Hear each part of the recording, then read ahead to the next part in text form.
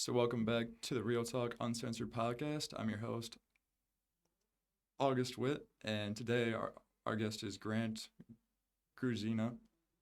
Um, he is a program associate here at the Found Youth. Grant, how are you doing today?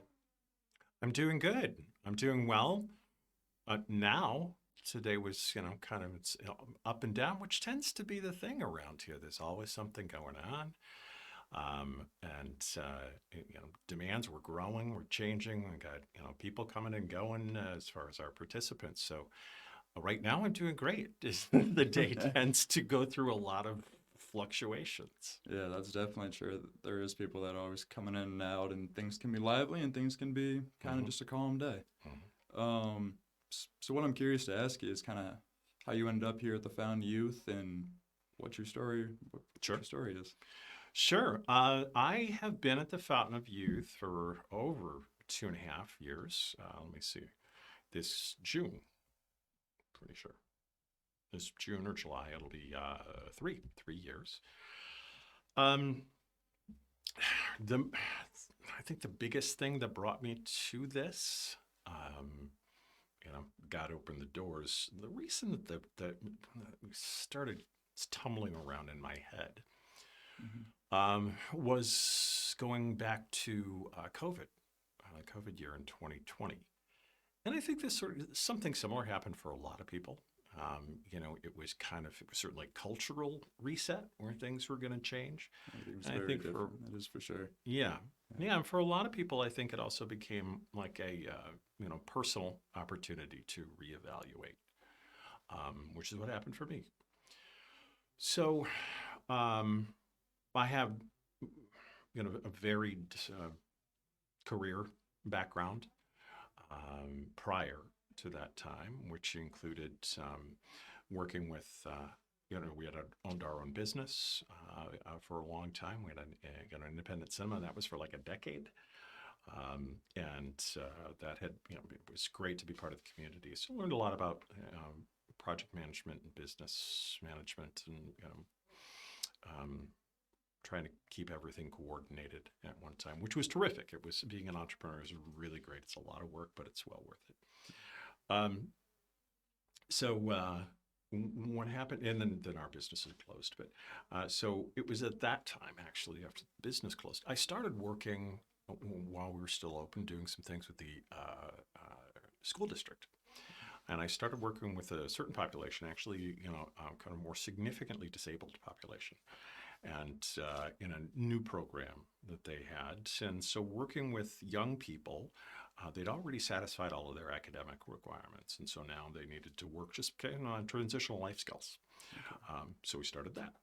And so I was working in that program. I really enjoyed it, and it's always good to get when you get into things that open up your eyes, your understanding, your empathy, your compassion, your sense of community, to start to directly and genuinely connect with people that, quite honestly, it's just so easy for all of us to kind of either isolate ourselves or to take groups of people and kind of put them in a box and isolate them away from ourselves, even from our thinking. Mhm.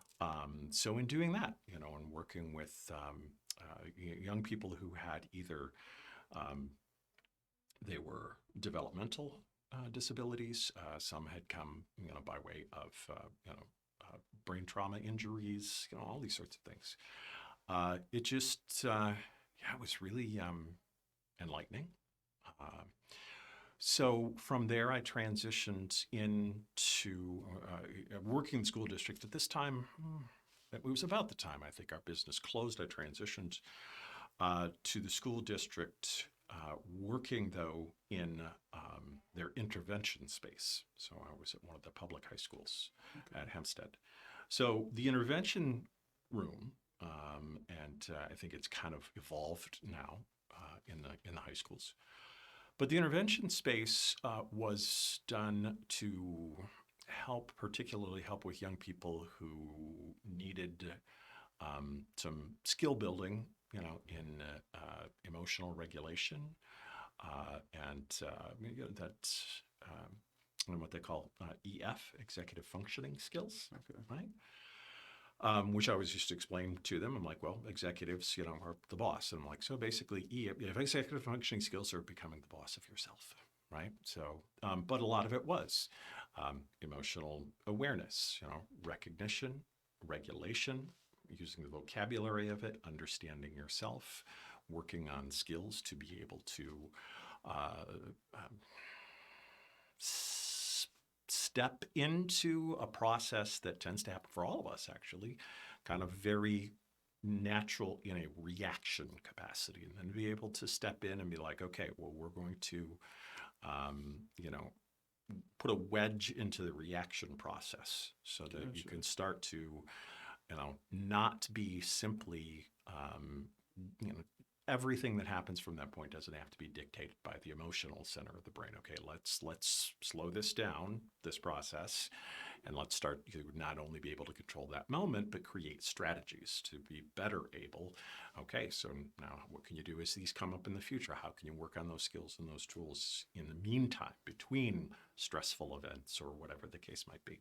Yeah, Um, that's definitely, it's really important to have self-control and those problem-solving skills. And I've seen it just in college now, Mhm. that there's so many kids that never learn how to do that, at least so far.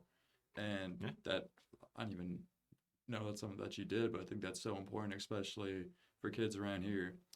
Yeah, 100%. It was great because hopefully it was remarkable, of course, also to be able to see the change that they'd go through, Mhm. and it's a wonderful time to be able to get involved in that because it's a way to help them develop thought structures and, of course, practical skills, and strategies in emotional regulation, EF, in executive functioning at a time when they are also still um, they're in a real critical developmental stage for their neurology, right? Mhm. And of course, their social, and emotional development.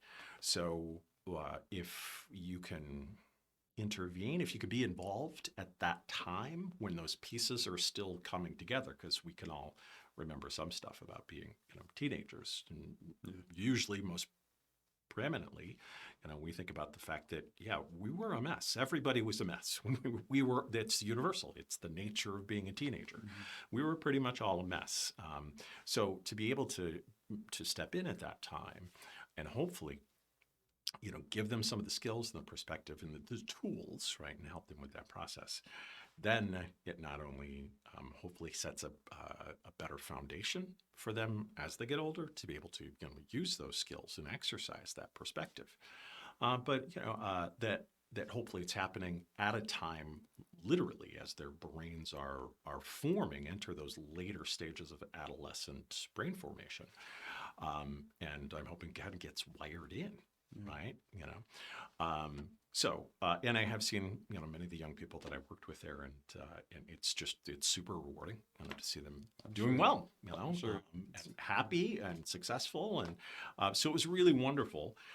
And uh, so And I'm it kind of was, curious too, yeah, yeah, not to cut you off, no, no, but because I know your wife is a teacher, yeah, so that's yeah, probably how you got involved with that, kind right? kind of, yeah. It's actually there's a bigger circle, right, than Mhm. just my wife. Yes, my wife teaches at Hempstead High School. She has for many years now. She's been in the school district here for 30 years. Wow. Originally, she was after her student teaching. She went to Central High School, which doesn't exist as an independent high school anymore. Gotcha. They now have an alternative program, right? At I think it's called the AELC, the Alternative Learning Center now, right? So it's a program that's structured for students who struggle or who have any kind of difficulties in the regular kind of traditional setting in both the public schools. Uh, Now they can go. It's a little different approach, with the teachers, with the students, structured differently, and then when they graduate, when they satisfy those credit requirements, they will graduate with a diploma, however, from the high school that they came from. it actually used to be Central itself was an independence high school. You would get get your diploma from Central. My wife taught there for a really long time. Transitioned, to when it became the ALC itself, and then it has been now at Hempstead for about a decade, and coincided also with the time that all our kids went through Hempstead as well, which was nice. Oh, that was pretty Which cool. was nice for us. I'm not Yeah. sure if it was that great for them that their mom was roaming the halls as well. Yeah, so it was actually, it turned out that I was contacted, independent of my wife's work, by one of the APs at Hempstead, because they were starting this new program for the disabled students, right?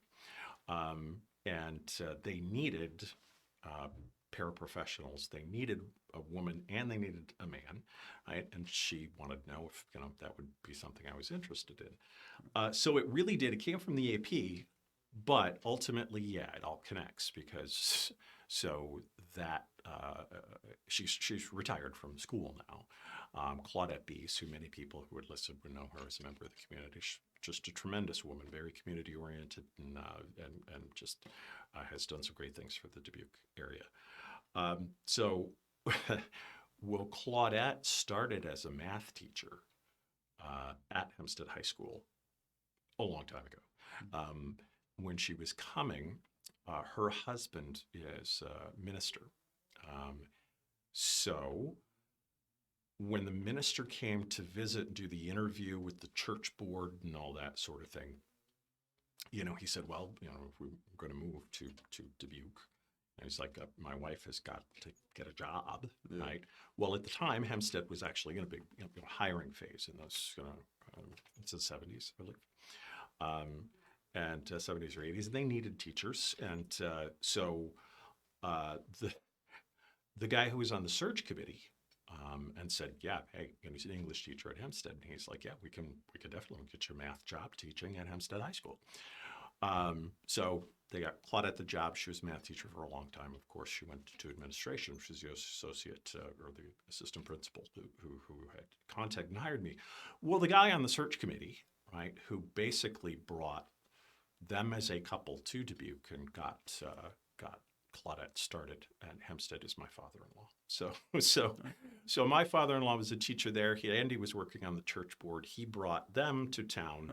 They grew up. Claudette has known my family, over Marcy and my wife, and forever then. And so that's how, when she was thinking about what they were looking for at the Summit program, that's the name of the new program, she called me.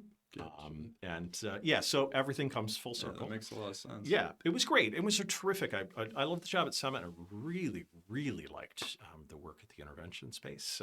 And of course, I was working with kids who, a lot of those, the difficulties that they were having, and it might be things that are outside of school. Obviously, a lot of it's impacting, things that are just going on inside of them, which of course then is going to spill out onto their academics and attendance and things like that. So I did wind up doing some academic intervention, which simply was to help kids with their homework, basically, which I didn't mind either. No, I was really like that. Kind of a jack of all trades in that Yeah, way. yeah, it was. Yeah. And I mean, I used to, it was great. It was great. And like I said, create a safe space and help them with those skills. And it's really interesting kind of when I think about it now, because I could, if I had that job again, am so much more skilled at the process of being able to help that, that sort of thing develop and help young people with that. And that comes from being here. So when I was gone, so in 2020, when of course everything was on pause, including the school, and we have we call her our adoptive daughter, air quotes, because she's a former student of my wife's, right? And so her parents are much older. Her father passed away quite a long time, over 20 years ago. And so she kind of slowly became our daughter. Right. And, babysat our kids and helped us run our business and, all this sort of thing. So she had moved down to Northwest Arkansas. It was Bentonville, Fayetteville, where the university is and all that sort of thing. She has a great job. So when COVID came, though, she was on her own with her 2-year-old daughter. So I'm like, oh, well, she could use some help. I don't have a job, right? They were still trying to figure out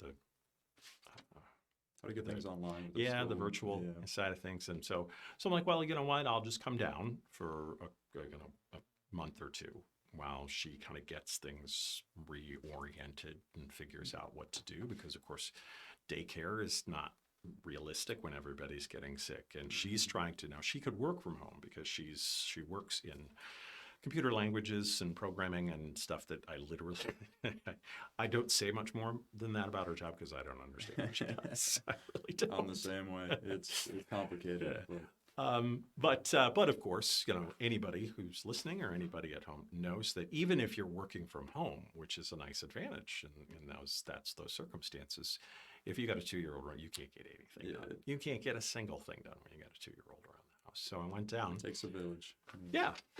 So I went down, and but everything that was unfolding in her life with that work and COVID and everything else. So a couple of months became, 3 months became. Actually, I was there for it was 7. Yeah, I was there for 7 months. So I wound up actually living for a while in that area, and but that was the time.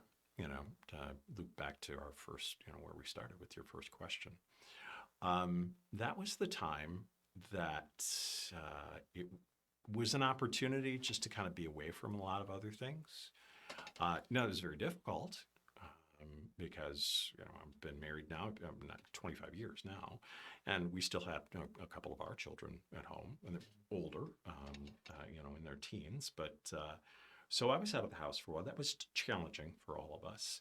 But I was glad I could be down there for them. And it gave me the opportunity to just kind of reframe some things and think about things. And, even at that point, I wasn't getting a lot younger. So I started thinking, what I really want to do is when I came back up is not just to find a job, right? But to really assess, what have I learned? What have I gained? What do I, not just what do I want to do? Why do I want to do something? Really, what's the driving purpose for what I want to do? And then knowing that, I really want to get into something that I can focus on more with the time that I have remaining as a working person. I don't want this at this point just to be kind of randomly slapped together, until I retire. So that was really the key, was to focus in on that. And that's when I started thinking about those last stages and what I had worked and how rewarding it certainly was and how it resonated with me. And frankly, how I think I seem to have a certain, I was blessed with a certain skill set to be able to do it. To deal with all of the things that were coming at it. And so that was what I really decided, so I want to focus on that same sort of work, that same sort of mission in a sense. Finding something that really helps people and changes lives. Yeah, right? Yeah, exactly. So that's what I started focusing on then when I got back and was looking at job opportunities.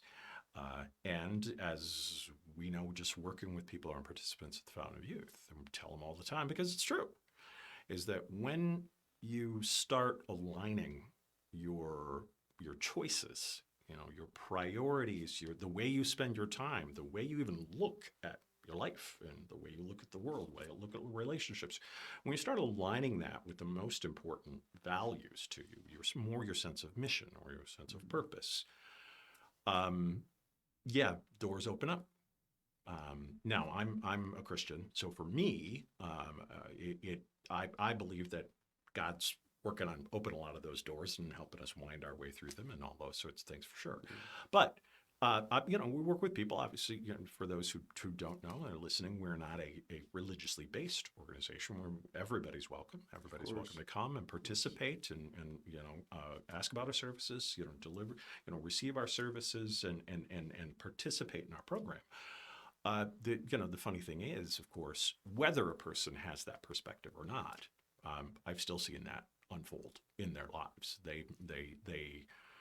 Um, when they start doing that, whether they're incorporating a sense of, religious faith or whatever, I mean, I think we all think that, obviously developing a spiritual part of your wellness is important for everyone.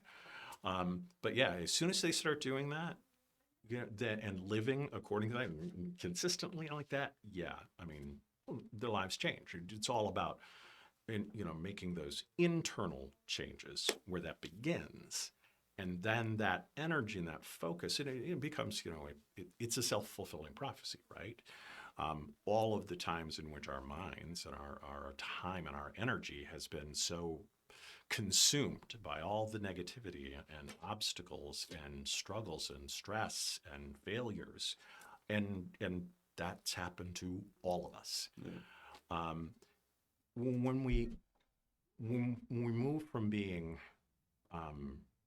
overwhelmed by all of that to be able to step into a space, that transitional space where we start to change our thinking, change how we prioritize things, how we understand ourselves. All of those things that, I was working with the adolescents, I've worked here with adults, and a process I've been going through as well. The more we do that, then of course, the world outside us, what it throws at us doesn't really change, Yeah, right? it's something I think about a lot, just as a college student, trying to find my career, which I've found is helping people. Mhm. Something I really enjoy, but it's about understanding yourself and what fits yourself, kind of to find that career that doesn't really feel like work, which is why I've ended up here at the Fountain Youth and plan to become a therapist. Because to me, helping people isn't work. That's awesome. That's Yeah, really it's wonderful. rewarding. It's wonder. Yeah, that is a fantastic perspective, to have on it, especially as a young person. I think that's tremendous because a lot of us, I mean, a lot of us tend to spend the younger years. Well, of course, we work with adults for those who do or don't know. So we don't work with adolescents or children, but becoming here with adults, well, the reason that we exist is because most of us in our 20s and maybe into our 30s or even longer, right, is didn't have that sense of direction and purpose, some sense of like our North Star of what we really, in a positive goal sense. And so we not only wandered in the wilderness, but we got lost and we fell off cliffs and Yeah. we got, attacked by bears and we were starved. We did all of these things in which our lives were made a mess. We made a mess of our own lives, and we, and oftentimes most of us had help from other people doing it too. So, but to have reached the point where, now it's like, all of that in the past matters in so much as how it brought us to this moment. But from that point, it's just, okay, how do we move forward from here and create positive choices, positive energy, wellness, reframe the understanding of who I am, like you said, why I'm here, what choices do I make are going to be the healthiest and the best. How to create, again, emotional identification, regulation, recognition skills, all of those. So this is why, actually, when this opportunity opened up, it was a perfect fit because it's very much what I had been doing, started the process, professionally and working with adolescents. A lot of the concepts and the skills, and the strategies and that sort of thing, even some of the tools are directly Yeah, translatable. that's one of the things I was gonna ask because since the day that I met you, I just knew that I could tell that you had a good understanding of self and others in a way that other people kind of don't.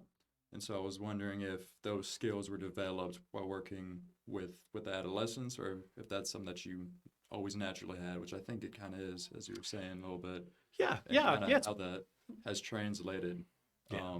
with working with with adolescence in here, as you were just saying, it Mhm. does translate. Yeah, yeah, definitely. And thank you. I appreciate you saying that. Yeah, but it's got to be both, right? That you have a certain natural skill set that you were given, you were blessed with, and but then the best one of the best things about working here is then well, it's just like any rough talent, right? You definitely have to work on developing it.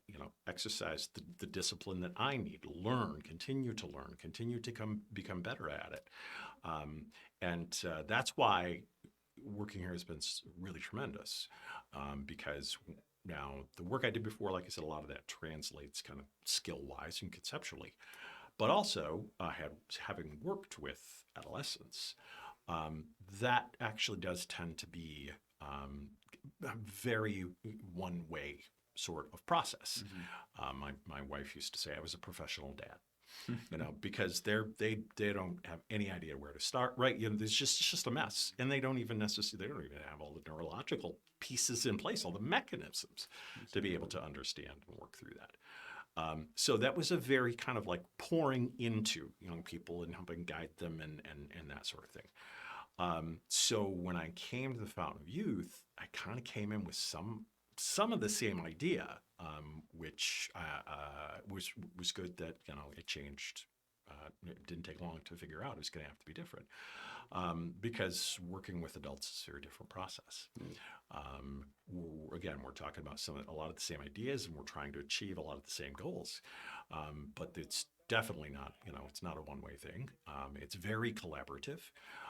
And ultimately, especially, as we focus on here, is understanding that, you know, that ultimately I can provide all of these things, but and help and build skills and be supportive and encouraging and connect people to resources. But ultimately, those decisions and those changes and everything are in their hands, Of course. and which is both. Uh, it's a little liberating, right? In that sense, in which you're like, okay, well, I'm going to do everything I can on my side and your hands. Of course, it's also can be frustrating, because just like we've all gone through ourselves, you can see someone it's a growth cycle, right? Exactly. And continue when they cycle down and back into some things that are self-destructive, negative, or unhealthy, or that sort of thing. It's always tough to see somebody go through that, when in a sense that there's a better life for them. But they know that too, right? It's all of those challenges and those obstacles and the things inside of us, outside of us, things that we've wired into our bodies and our brains, things that terrible choices we've made, and terrible things that have happened to us and around us, over which we had no control. And that's pretty much almost everybody's life story. And so that's why this has become, I think, very rewarding and very challenging, and to bring this whole process then, to work with adults. And at times, I certainly, being older than quite a few, most of the people that I work with, as participants, I still get a little paternal. I have 4 daughters, so when we go down to, of course, especially when we go down to the women's prison down in Mitchellville, yeah, I mean, some of the women will be roughly my age, but most of them are much younger. So I do feel kind of, as much as I'm not a professional dad anymore, I still feel very compelled and very, how much you want to see everyone succeed, and then when they do, how wonderful it feels to share, having just been a part of that. Yeah. And Yeah, it's a been good wonderful driving trip. force to have within you. Being able to see someone succeed, and then you want to help other people succeed. But Mhm. it's also part of the process where not everyone succeeds on the first try. Right. That's what Caprice talks about a lot. You have to go. It's a process. Oh, absolutely. Everybody's Yeah. is gonna click when it's supposed to click for them. Yeah. And which is the hard Right. part too, as you were Right. just saying. Yeah. Um, It is very, it is very difficult. because, you just, you know where, they know our participants know the life that they want. It's, and we can all kind of see that picture. And that's really the key for us as an organization is we can't give anyone that life, right? We can hopefully help help them develop the skills, the understanding, the perspective, the self-awareness, the self-regulation, the tools to be able to develop thought structures, to work on resilience, to also, build strategies, to be able to continue changing that internal mechanism, right? And then as they do that, then they are more and more and more capable of changing. It's change the life inside yourself, then change the life outside and around yourself. Like you said, the one thing that has been one thing of benefit in seeing people go through that cycle, as difficult as it is however, even as people go through it, and then ultimately, if it's the second or the third or the fourth time or whatever it is as they're going, and then they reach that breakthrough point where they're able to be so much more consistent and in making those choices, and they start to, rather than those negative cycles that has happened to all of us, where those choices and those ideas, they just continue to pull us downward. They're building positive cycles and perspectives, and then of course the results and the feedback that comes from that continues to lift them up higher. It's been one of the great things about that then is the people that I start working with and on a fairly new basis, or who are not as far along in that process, is that I don't have to talk about just the process that I believe in, right? Or I believe everybody can change. I certainly do believe that. But now I'm like, it doesn't have to be blind faith. I've seen it happen over and over again. I've seen people succeed. I've seen people internalize this process, continue to be consistent, work hard on it, make the sacrifices that are required to do that, which ultimately becomes the sacrifice of understanding I really have to give up who I was, right, to become who I'm really who I'm kind of meant to be. And that's definitely a human process.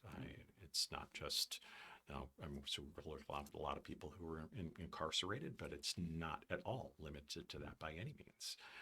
That's really the goal, I think, for everyone. If we want to grow, if we want to become the better and best version of ourselves, that's an essential, it's an inescapable part of it, is that we have to get to the point where we're like, okay, there was an old me, right? And like all of those different forces, including of course my own choices, I was stuck in being that person.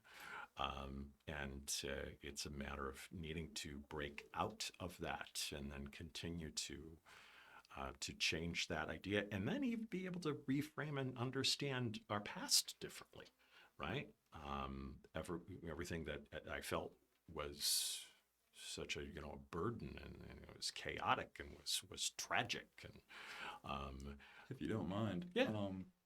Because I know your story, so would you mind sharing a little bit more about what that story is? Because as you were just talking, I think about why Found Youth is able to help so many people, and I think it's because, of course, Caprice, among I think pretty much all the staff, it's a human. It happens so often where people go through hard times, and as you're saying, you have to let that old self go, and through that you gain an understanding of that process, and you're able to help other people because you've been through it. And exactly. I think that's why Found Youth has been successful with a lot of people. I agree. Because of that understanding. I agree. And right. And the process for everyone, since it is a human, almost universally, we are universally brought to that point.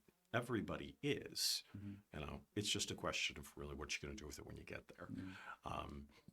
Because, we know people who just don't ever really engage intentionally in the process enough to be able to get past that. And that's, kind of where life gets stuck for them.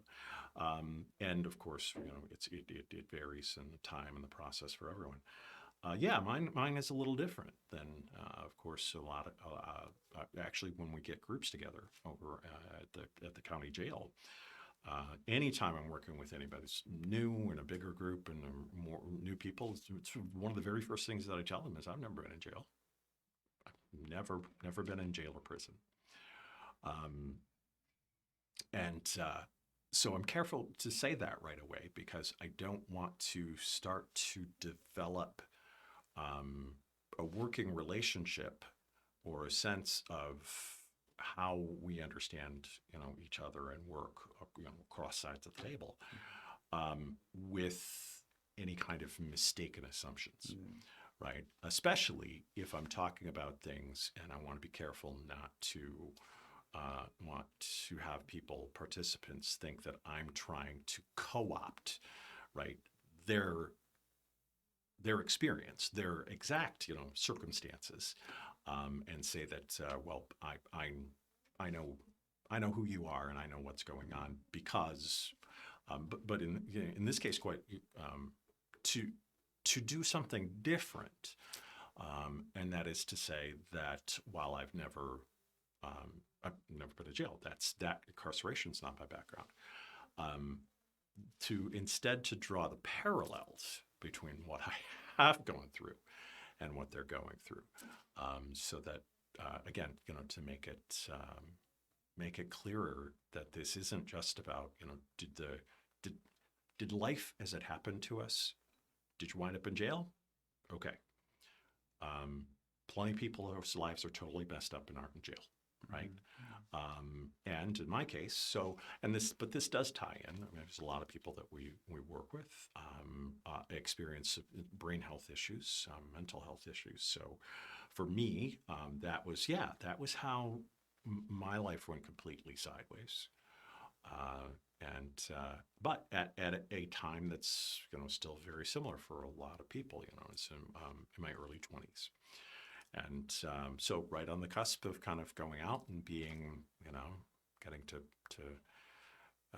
blaze a trail for, right, who you're going to be and set your own life in motion and all that sort of thing. And mine just completely collapsed. And it was, so I wound up being in and out of psychiatric hospitals for almost a decade, for 9 years.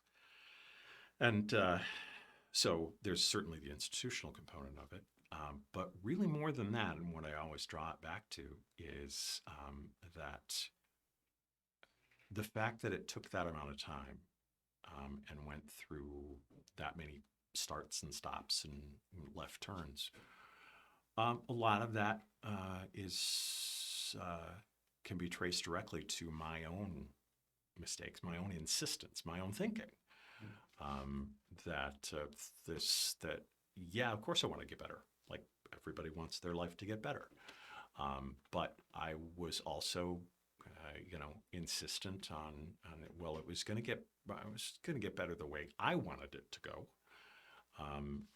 In the time I wanted it to happen, with the choices, I could say, take this whole box of things that I needed to incorporate and bring into my life. And I'm like, well, maybe this one, but no, I'm not going to do that. And which included, not listening to lots of people who loved me, not listening to health professionals, or listening for a while until I got, feeling better. And then I'm going to go, okay, well, I can go do this on my own again, which was disastrous every single time. When I started that, took that step, which was really selfish, right? But also just so insistent, so stubborn, so self-absorbed, right? That I was going to do the same step. This was going to be the time, right? That I was going to be able to do it on my own, and so, it would set in motion a process the end, the end result of that was always going to be the same, which was for me to wind up in the hospital, in like very profound states of psychosis, really bad. So when I talk about that and paralleling that, is that that process, right? Whether it leads someone to jail or to substance use, or to being on their own, to broken relationships, to manipulating other people, to being manipulated, to violence, whatever it is, or in my case, to repeated hospitalizations. A lot of that is locked into. A lot of it comes from that same human, universally human place that we still want to control and be able to set. We want to fix things the way we want them, right? And not to be so inflexible about what we have to be able to ultimately say goodbye to get out of our lives, to relinquish. And much of that is relinquishing the notion of that I have to do all myself, or that I even can do it all myself. And to start to then accept, okay, wait a second, right? Maybe I should. Well, in my case, it was swallow my medicine literally and figuratively. I need to listen to other people. I need to take advice. I need to be able to hear, right? And it's particularly tricky, of course, when it's a mental illness, a brain health issue, because the mechanism by which you are set to make decisions like that, who to trust, how to gauge the things that are are being told to you, right, is the mechanism that's wonky, that's gone kind of wobbly now anyway. So it's very easy. As soon as it starts working better again, it's it's easy to get back into to resurrect this old thinking model. Like, oh, okay, well, I feel well again, so boom, I'm off, and I'm gonna go the same path, my way. Basically, that's what it is. I'm gonna do it my way, and my way is disastrous. My way is horrible until finally, it came to the point where changes happened, and some of it comes from being as a brokenness, I guess, unnecessary. Allowing ourselves to be broken, something that's resistant, something that's unwilling to humble ourselves, and then of course the irony, of all of that is that it's not until we reach that point that we can actually start to change in ways that we can ultimately be better and be more complete, and heal in ways that we never knew we could. It's by kind of giving up. Well, this is no one's, certainly not my original idea. We hear it all the time. It's only by giving up ourselves, giving up that insistence on my way, that old self. It's only by giving it up that I can open myself up to and start working on and becoming, being filled with, power and energy, a positivity, the connection to other people, healthy choices, wellness, priorities, and then reordering how I think and how I live my life and my choices, so that everything that I thought that I was just, I was like death grip clinging onto, that it wasn't until we can let that go and not be that person that we actually open ourselves up to greater possibilities than we could have by clinging to that. We become someone bigger, something even. We are now not only instilled with the power, but we're compelled, we're driven by something new, right? Something, it is that new life, whether someone puts that in a sense of faith or of course, caprice usually is the word purpose. There's an energy, there's something, there's something bigger than us. And when we're really tapped into it, and then, like I said, very early on, when we align ourselves with that, then the positivity, the growth, the willingness, the willingness, the flexibility, that just to be open to being able to think different ways, and so which used to just be either used to feel like it was a threat, right, or you feel like, oh well, if I change my mind, if I open myself up, if I'm willing to entertain someone else's ideas about Which, anything yeah. rather than my own, right? This sense that, oh, well, I'm losing something of myself, right? Now to, just, the change of mind when we become renewed is amazing. And you start to, all those things that we kind of scorned and resisted are things now that make us change us in such wonderful, positive ways. And you start to value those completely differently. And, in the things of my old life, the scales just went like this, right? The things that were really important and I was clinging to then, you start to understand how temporary, how the true value of them continues to be seen for what it really is, which is it fades, because I was trying to cling to things that I mistakenly thought were essential. Yeah. And in doing that, couldn't see, right, what really was valuable. And that's another, one of the greatest things actually then also about working here, is that's a process I've been in for many years.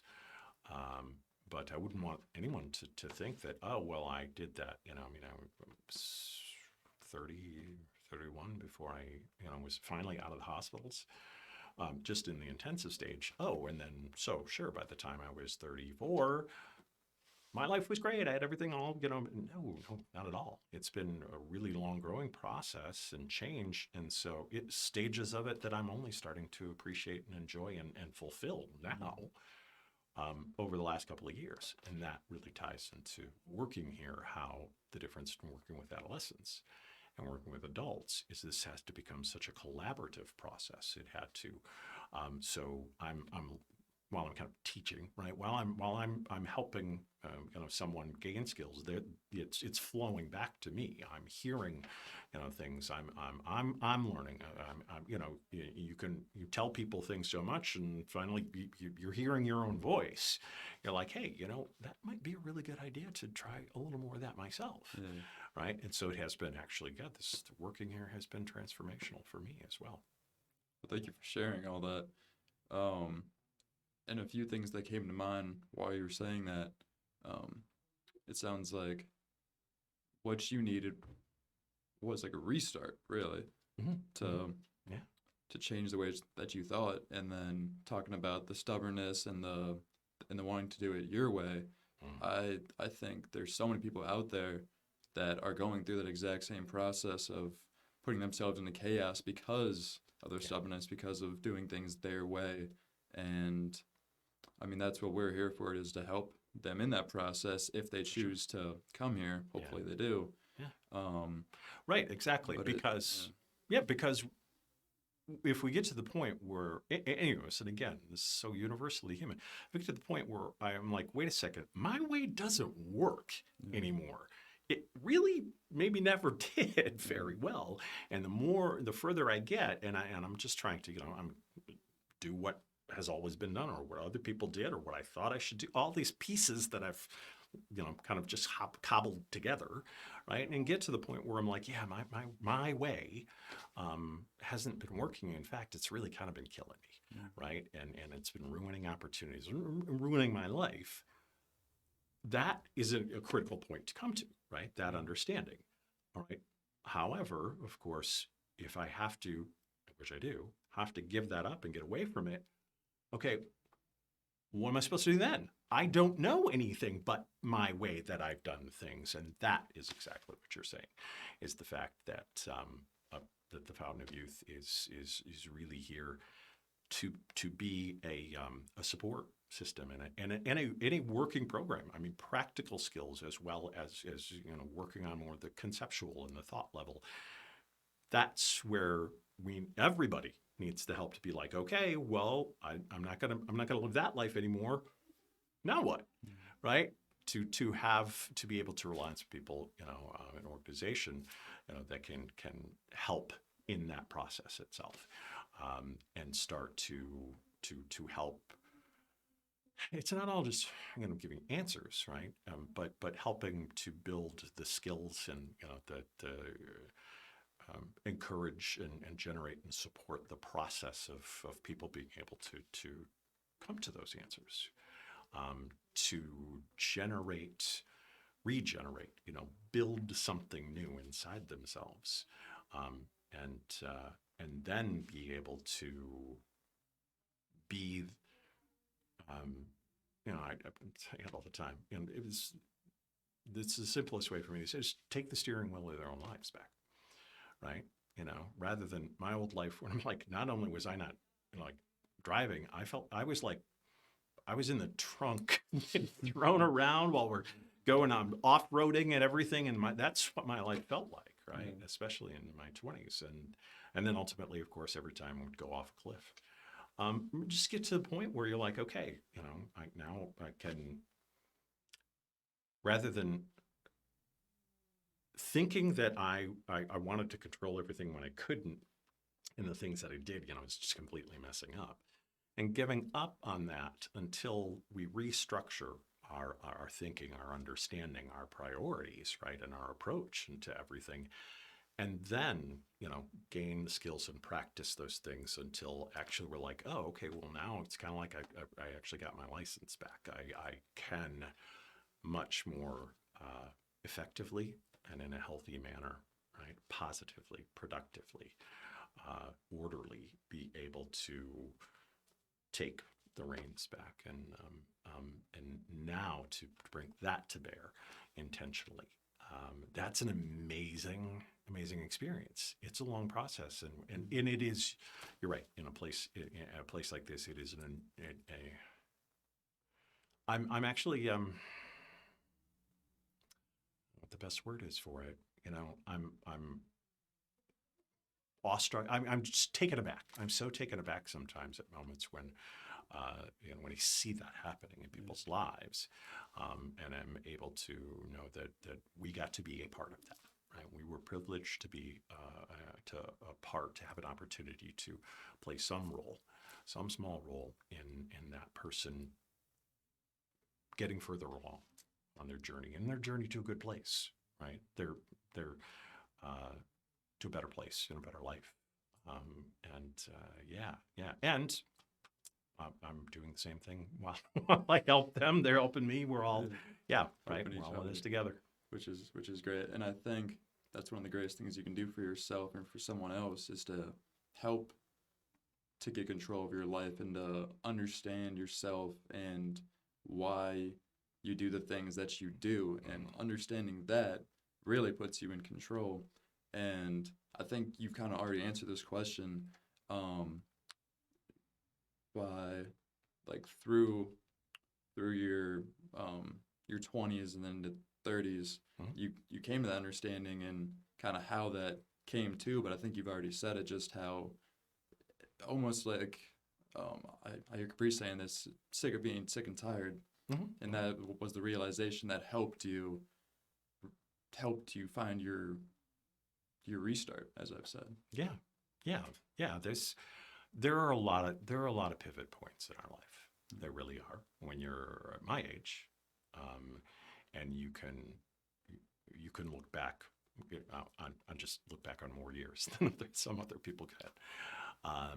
You see that there are pivot points, turning points.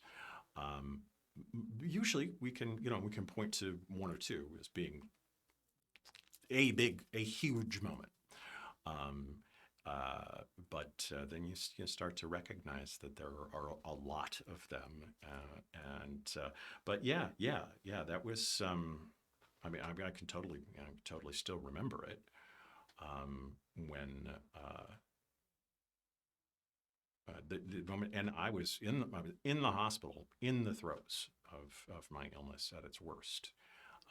But I can just distinctly still 100% remember sitting there and finally basically kind of giving up the insistence on that, like the resistance to those things, and basically finally saying, this is, well, this, wasn't, this is not what I wanted, right?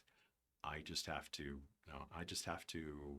accept what it is, right? To allow, to quit fighting, fighting to try to hang on to something that doesn't really exist, and to hang on to some notion of how I wanted my life to unfold, right?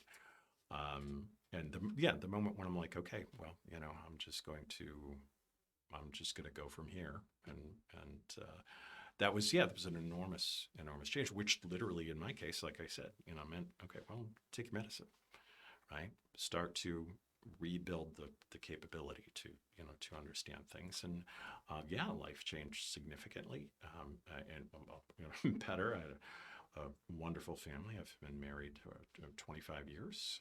We have 4 amazing kids by birth, and our adoptive kind of daughter, as we said. We ran my own business. Now it's been great, but there's still, there are always those challenges and those threads that we still continue to see, that we might still be connected to. We're still dragging some weight that we don't maybe even know until, that's kind of one of the paradox of it. Like I can be kind of carrying these things that I don't even become aware of until we've reached a point of growth in which we can understand ourselves and the process well enough to be like, oh, hey, I didn't notice before that I've actually still been doing this, right, in my life, or thinking like this, in my life. And, and we can change and unburden ourselves of that. It's remarkable, even from that pivot point, like I said, that change, which was 25 years ago, 26, almost 26 years ago, that,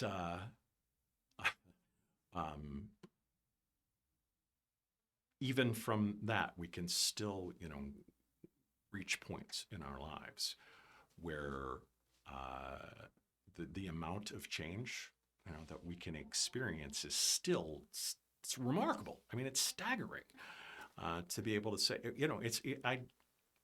I didn't just like, when I hit 40 or when I hit 50, I arrived, right? And that's like a plateau from there, or anything like that, and put this thing on cruise control. But I literally used to think that's kind of how it went, right? Like, oh, okay, well, you just kind of build this up. You get to know you, be your parent, you're going to be a grandparent, and then basically, so, well, life is just going to pretty much stay the same, and then you die. And I am now experiencing, it's remarkable, it's just, the older I get, the more I realize how dumb I was at each stage, younger and younger. Because now I'm experiencing a more significant change, in my life and in myself, more in a concentrated and significant and like a profound fashion. Hasn't changed this much since, like, I would say, since we first got married and started our family. That's how big this, this changes. And that's when we, when you're engaged in the process, like we're trying to help the people that we work with, our participants, engage in that process. So your mind continues to change. And now, as we know, of course, the more you're doing that, literally your brain is changing. You're rewiring your brain. You become more and more capable then of seeing things differently, including ourselves, including things from the past, including things that, that may have been, in a box hidden in the corner. Like, oh, wait a second, I got to get rid of that. I got to unpack it and, dump it. And so it's pretty remarkable to reach a point where, when you kind of think, oh, well, wasn't I supposed to kind of have everything figured out by now to discover. You're like, oh my gosh, there's so much more, endless amount that I can learn and know, and that process isn't going to stop, Yeah. that one, until I'm dead. But then that's kind of awesome, right? You regain this. Uh, Wonder, this fascination with the opportunity to learn again, to grow, to be someone new, and that I think is what they talk about when they're saying that not being childish, right, and trying to cling to those things, but becoming again, you get older, but you become more childlike. You regain that capacity to be able to be fascinated by things, to be surprised and excited and intrigued and want to jump into, in this case, we want to jump into life, right? But part of that process, I want to engage in becoming, this better version of myself. All those things that I maybe dreamed about as a kid, right? Oh, I want to do this. You can still have, new dreams, but then, you're grown up enough to be like, oh, wait a second, you know what? There's actually work I can put in to make some of these parts of them come true. It's kind of cool. It is definitely, yeah, it's super cool, and I think that's so true. How in life there's always more to learn. You're never gonna learn everything, and that's Right. one of the beauties of life. And everything you're saying, which is very interesting. And I actually have a curious question. You talked a little bit about kind of going through life and kind of holding on to baggage, right? And yeah, right, such a Yeah. common thing to do, and how growth kind of allows you to unpack that. Uh-huh. But then my question would be for people out there that are struggling to do that, what's advice you give to help them grow more to do that? Mm-hmm. Mm-hmm. That's a really good question. Yeah, that's a really good question. Thank you. There are a couple of things I think of, and one of the most important that I have found that I would encourage everybody to do is to be patient and kind with yourself, right? Because even when our lives are going really rough, chaotic, whatever, they're a mess, we still almost all, universally, right? People still want good things for other people, right? They want the people that we love, the people that that we care for, people that we're connected with in some ways. We want to see their lives go well, right? We want to see them succeed and be happy and be healthy and have good jobs, have good things come to them and come for them, right? But because we're the ones who've lived in our own heads through that whole process of how messed up our lives got and how much we came to understand that's who we were, that defined us. We have a really hard time wanting that for ourselves now, and even when we sort of want it for ourselves, we have a hard time believing that we deserve it, or that we can achieve it, or we can have those things, and that's all understandable. That's all part of the process. But so what I like to think about is that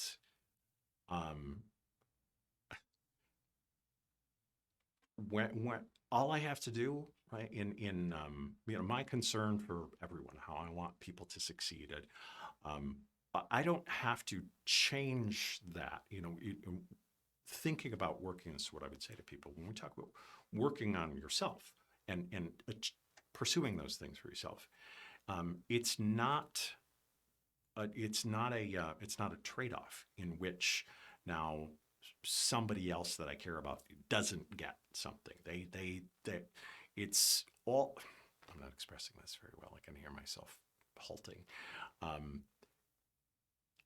It's not this zero-sum game, right? Where I have to pour myself into others, and therefore deny myself, not become my better self. Or if I'm working on becoming my better self, that I have to take from others or I can't give to others. All it is I want the same thing for everyone. I just have to put myself inside that circle too, right? Just and the same. Literally, we need to our self-talk are the same kinds of things that we want and we say and we encourage and we guide and everything else for other people. We just need to start, telling ourselves, holding ourselves certainly the same standard, but also supporting ourselves the same way, because we're very hard. We're so much harder on ourselves than we are generally on other people. So this is actually something that I'm practicing now in my mid 50s, and learning how to be gentler with myself, kinder with myself, patient. So as I go through the process, and all of that, like I talked about, that baggage that I still had, and a part of that baggage was really being hard, kicking myself all the time for, and that's a lot of perfectionist, tendencies and stuff, where I'm like, okay, well, if I'm not doing everything and doing it right and doing it all, right all the time, and, that it just, this whole cycle, and a lot of people are familiar with it, then I'm just, always kicking myself, always negative, always critical. And things I'd never say to anyone else, never say to anyone else, and not to to avoid discouraging them, not to be disingenuous, not to lie to them, but to help someone. Our thinking, our ways and stuff, it's never as awesome as we think it is. It's never nearly as bad as we think it is. But we're so hard on ourselves. Yeah, my advice then for people like that would be, just be good to yourself too. Be gentle with yourself. Be kind. Be your own friend, right? I mean, in the best way. Support yourself. Talk nice to yourself. And I'm saying this again, sometimes you say things and you hear yourself saying things, right? It's really good because I'm like, yeah, you know what? I could do a lot more of that myself. That's a process I'm literally in right now. Being gentler, being less judgmental of myself, being kinder, embracing that, okay, yeah, well, I screwed that up. Okay, well, I'm still learning, being patient, yeah, I'm at an age where I should have known or had some of these, maybe, yeah. I mean, there's things that might have been, life would have worked out better if I worked on some of these, disciplined, figured them out, whatever you want to say, practiced them, but, but I'm not, there was kind of in a stage where I spent a lot of time focusing on that too, kicking myself more like, why didn't I do this? Why didn't I? Right. Which of course is that, I think it's part of the process as well, but there's a limited amount of it that's valuable, right? And then after that, it just becomes wasted time and energy, because I'm just, again, focusing on something, trying to, answer a question that can't be answered, focused on something, that I, trying to solve something that can't be solved, right? Trying to change the past. And that's actually one of my favorite things when I talk with people now, is that, of course, the common phrase is simply to say, well, we can't change the past. And that's one of the things I love about working here, because you can. You really can. We can't change what happened. We can't change what we did, right? Choices we made, or things that affected us, impacted us, that were beyond our control. We can't change the things that happened. But part of this process of growth and renewal and a new life and change and wellness and leveling up, part of all of that, right, is being able then, with that growth and that new mindset, to look back and change what that means, right? Better understand, okay, why did it happen, but what value can I get from it? What can I do with it for other people, right? How did it shape me? Not just that it was horrible, and it might have been, right? But how did it create something in me that maybe, I can reform, I can polish up, I can make something valuable. We can change the past because we can change what it means. Right, and that is a tremendous venture that I'm working on now, because the more then we do that, of course, the more and more we free ourselves from the weight that represents, from the pain, right? I can't change those I don't know. I'd have to write it down somewhere to say how many times I went to the hospital, and how much pain I inflicted on myself and other people. But I can, it's important that I just talked about this recently with some people, that it's so valuable to get strong enough, mentally, emotionally grown, strong, transitioned, strong enough to be able then to engage with things in our lives and be weak, right? To be vulnerable, to examine the parts of our lives in which were weak and still, exist within us. Not necessarily to eliminate them. There's vulnerability, there's weakness that exists and needs to, in all of us, for us to understand still that we're reliant on other people and bigger things, greater things, and God, if that's part of your life. To look back and then reform. I can re-experience. I can think about those same things, and they can become a different experience for me now. I can think differently, feel differently about them.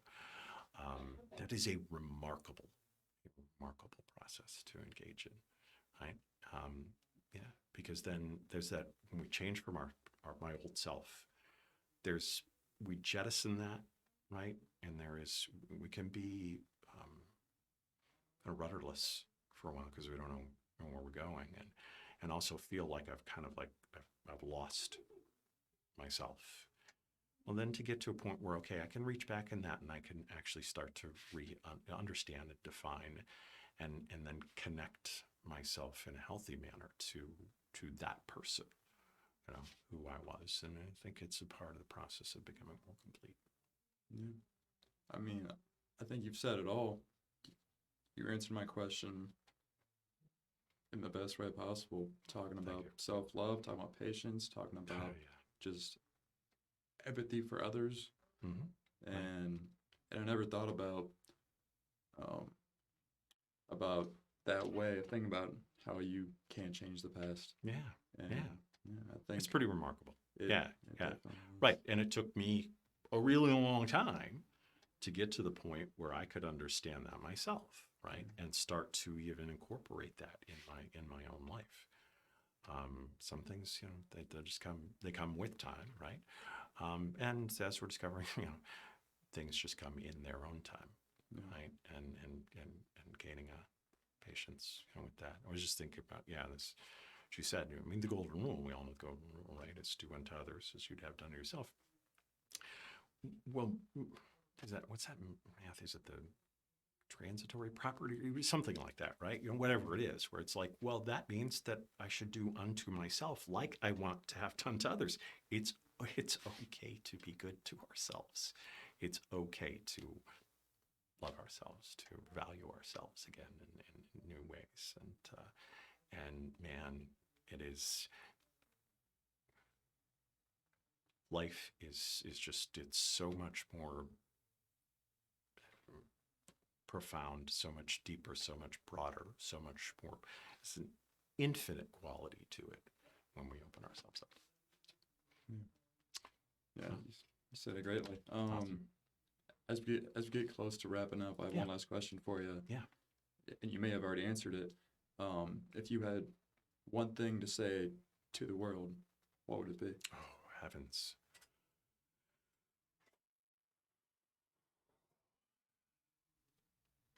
If I had one thing to say to the world, I as a man of Christian faith would feel compelled that would be witness to. So I guess what I would say is that all of the things that we've talked about, they're not fully possible by and within ourselves, right? Most of, like, when I talk about my old self, my old life, that's what happened when I tried to do it by myself, in my own power, according to my own ideas, right? And most of us, if that's what we're really focusing on, we're going to mess things up pretty bad, because just we're human. That's the nature of it. So I think it's one of those things it can lead us into kind of that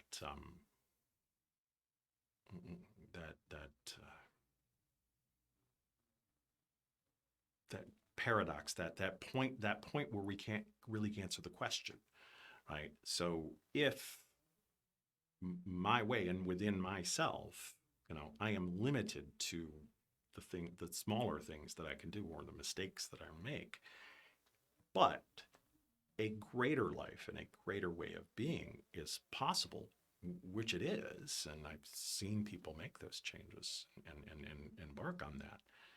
Then it's necessary to understand that in that process, part of that transformative process has to be incorporating a power then that is greater than ourselves. Because if it was all within me, and I mean, just I could do all this on my own, I would have, or we'd see people doing it all the time, right? And we could also all figure it out ourselves, right? So in that regard, and I would put that out to everyone to say that an essential part of that to really transform, to live a new life, to become someone and something greater with the life that we have, requires opening ourselves up to and incorporating a something greater than ourselves, a power. Now, like I said, Caprice will talk about purpose. I've talked about mission, values, our calling. That energy. You can call it by a lot of things. And for me, so my faith then is that essential trade of old for new, of what didn't work, right, for what I didn't even know, right, comes in my faith. It comes in there's a component of Christianity in that's the part of the foundation of it is the admission that I can't do that, and that it required a substitute to be able to I don't even have the power to get rid of all of that stuff on my own, because I'll still cling to it. I need something just to be able to have the understanding, to want to get rid of that, to want something greater, and then to be more and more empowered. So it's for me, then as a Christian has been the key component, to unfolding all of that process, carrying me through that process. And this is the crazy part, because I thought that meant, I used to think, well, that meant, well, when I do that, then I'm just giving, then I don't have any control over it anymore. It's all just, I'm like I'm some kind of, robot that's just moved around by a different power. But this all comes around full circle, because the more I give up, the more I am filled with, and the more I'm filled with, then the more and more I actually come in line with all of those values, morals, priorities, and when I come in line with those, then I'm given more and more the capability to drive the ship, right? Self-control, self-awareness, right, is itself a gift. So that's something that, I didn't understand before. Is that the getting a little further through the process is that for Christian faith, it is not just, okay, you lose yourself. You lose yourself, but then as the process continues, right, you actually wind up discovering yourself, being gifted, becoming your greater self, more complete than you ever could have, and it's amazing. So when we talk about kind of that new life,